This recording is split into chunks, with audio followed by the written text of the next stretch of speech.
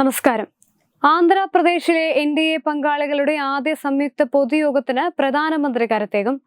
മഹത്തായ റാലിയായ പ്രജാഗലം, അതായത് പൊതുജനങ്ങളുടെ ശബ്ദം എന്ന പരിപാടിയിലാണ് പ്രവർത്തകരെ അദ്ദേഹം അഭിസംബോധന ചെയ്യുക.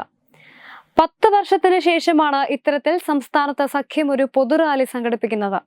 മോദിക്കൊപ്പം TDP മേധാവി N ചന്ദ്രബാബു നായിഡുവും ജനസേന മേധാവി പവൻ കല്യാണും പൊതുയോഗത്തിൽ പങ്കെടുക്കും.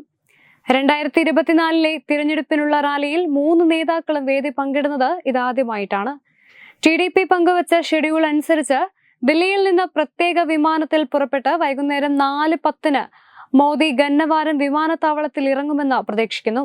തുടർന്ന് ഗന്നവാരം വിമാനത്താവളത്തിൽ നിന്ന് ഹെലികോപ്റ്ററിൽ പൽനാട് ജില്ലയിലെത്തുന്ന പ്രധാനമന്ത്രി വൈകിട്ട് 5 മണിയോടെ ബോപ്പുടി ഗ്രാമത്തിലെ യോഗവേദിയിലെത്തും.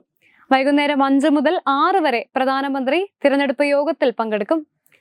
അതിനുശേഷം അദ്ദേഹം ഹൈദരാബാദിലേക്ക് പോകും. മെയ് 13 നടക്കാനിരിക്കുന്ന നിയമസഭാ ലോക്സഭാ തിരഞ്ഞെടുപ്പുകൾക്ക് മുന്നോടിയായി ആന്ധ്രാപ്രദേശിലെ ആദ്യ NDA തിരഞ്ഞെടുപ്പ് യോഗമാണ് പ്രജാഗലം എന്ന പേരിട്ടിരിക്കുന്നത്. ആന്ധ്രാപ്രദേശിന്റെ സുവർണ ഭാവിക്ക് വേണ്ടി ക്രൂരമായ രാഷ്ട്രീയത്തെ തുരത്തുകയാണ് പ്രജാഗലം ലക്ഷ്യമിടുന്നതെന്ന് ജനസേന പറഞ്ഞു. TDPയും ജനസേനയും BJPയും തങ്ങളുടെ അണികളെ വൻതോതിൽ യോഗത്തിനായി അണിനിരത്തുന്നുണ്ട്. യോഗത്തിനൊരുക്കമായി മോദി, നായിഡു, കല്യാൺ എന്നിവരുടെ ചിത്രങ്ങളടങ്ങിയ പ്രത്യേക ലോഗോ TDP പുറത്തിറക്കി. മാർച്ച് 11 നായിഡുവിന്റെ ആന്ധ്രാപ്രദേശിലെ ഉണ്ടവല്ലിയിലെ വസതിയിൽ നടന്ന മാരത്തൺ ചർച്ചയെ തുടർന്നാണ് NDA പങ്കാളികൾ ലോക്സഭാ സംസ്ഥാന തിരഞ്ഞെടുപ്പുകൾക്കുള്ള സീറ്റ് വിഭജന ഫോർമുലയ്ക്ക് അന്തിമരൂപം നൽകിയത്.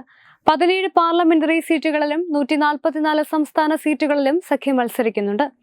പവൻ കല്യാണിന്റെ ജനസേന 2 ലോക്സഭാ സീറ്റുകളിലും 21 നിയമസഭാ സീറ്റുകളിലും മത്സരിക്കും. നിയമസഭാ തിരഞ്ഞെടുപ്പിനുള്ള 128 സ്ഥാനാർത്ഥികളുടെ പേരുകൾ നായിഡു പ്രഖ്യാപിച്ചു. 16 പേർ കൂടി വരാനുണ്ട്. അത് എപ്പോൾ വേണമെങ്കിലും പ്രഖ്യാപിച്ചേക്കാമെന്നാണ് വിവരം. പവൻ കല്യാൺ നിയമസഭാ തിരഞ്ഞെടുപ്പിൽ പിതപുരം മണ്ഡലത്തിൽ നിന്നാണ് മത്സരിക്കുന്നത്. അതേസമയം ജനസേന ഇതുവരെ 7 സ്ഥാനാർത്ഥികളെ പ്രഖ്യാപിച്ചു. എന്നാൽ തിരഞ്ഞെടുപ്പിനുള്ള തങ്ങളുടെ സ്ഥാനാർത്ഥികളുടെ പട്ടിക BJP ഇതുവരെ പ്രഖ്യാപിച്ചിട്ടില്ല. പ്രധാനമന്ത്രി നരേന്ദ്രമോദിയുടെ ചലനാത്മകവും ദീർഘവീക്ഷണവുമുള്ളതുമായ നേതൃത്വത്തിൽ BJPയും ജനസേനയും TDPയും ആന്ധ്രാപ്രദേശിൽ ലോക്സഭ, നിയമസഭാ തിരഞ്ഞെടുപ്പുകളിൽ ഒരുമിച്ച് മത്സരിക്കാൻ തീരുമാനിച്ചതായി നായിഡു ദിവസങ്ങൾക്ക് മുമ്പ് പറഞ്ഞിരുന്നു. ആന്ധ്രാപ്രദേശിന്റെ പുരോഗതിക്കും വികസനത്തിനും നമ്മുടെ സംസ്ഥാനത്തെ ജനങ്ങളുടെ ഉന്നമനത്തിനും ഞങ്ങൾ പ്രതിജ്ഞാബദ്ധരാണ്. നമ്മുടെ രാജ്യത്തിന്റെ വികസനത്തിന് ഞങ്ങൾ പ്രതിജ്ഞാബദ്ധരാണ്.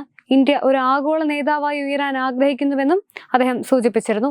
ഇതിനു പുറമെ സീറ്റ് പങ്കിടൽ ചർച്ചകളിൽ സംസ്ഥാനത്തിന്റെയും ഭാവിയുടെയും താല്പര്യങ്ങൾ ഏറ്റവും മുൻഗണന നൽകാനും പ്രധാന പ്രേരക ഘടകമാക്കാനും NDA പങ്കാളികൾ സമ്മതിച്ചതായി നായിഡു പറഞ്ഞു.